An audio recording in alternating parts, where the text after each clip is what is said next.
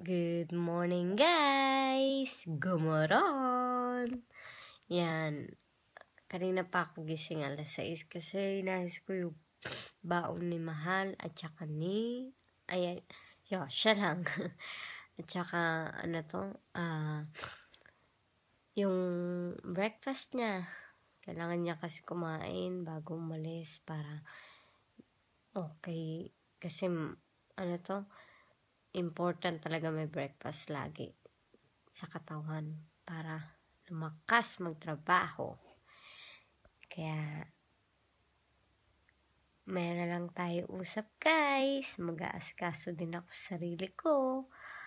Long day na naman today. Mga 15 hours ang trabaho ko today. So, see you guys! Yan guys, naka-ayos na ako. And then, papasok na naman sa trabaho. Baka hindi ako makapag-vlog guys kasi marami akong gagawin today sa trabaho kasi nga ako yung mag-welcome ng mga tao after lunch.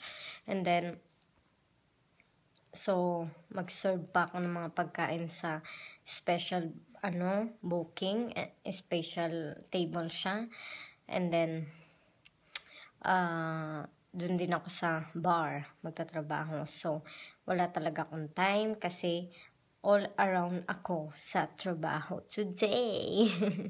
So, have a nice day guys and God bless. Ito ang OOTD ko today sa trabaho. Dahil may game ang hockey today. So, yan ang aking uniform for today. Alam niyo ba guys kung sino nandito? Si Twinnie. Lovejoy. Hi. Trabaho siya extra ngayon. Kasi full booking kami. Hi guys, ayan tapos na kami magtrabaho. Pagod guys. Uwi na kami. Tignan nyo, no oras na, alas 12 na guys. Uwi na. Uwi na.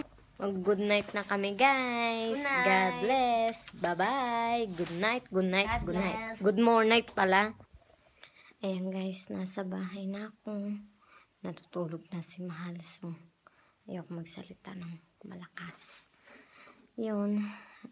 Thank God sa araw na ito. Lagi tayo magpasalamat bago tayo matulog and sa paggising natin. So, now, time is, what is time? 1:20 na. Ay, 12:30. 12:20. So, I need to shower na. And good night again. Or more night. Good morning night, guys. And yung dalawang pusa, inantay talaga ako nila. Hi, Misha. Hi, Tasha. Yan.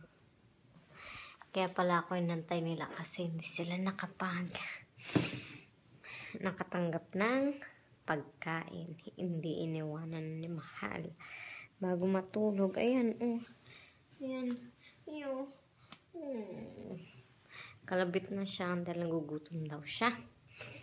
So, guys, yun lang. Ilang hours pa ako. 14 hours. Grabe. Sabado rin. So, good night and God bless. Bye-bye.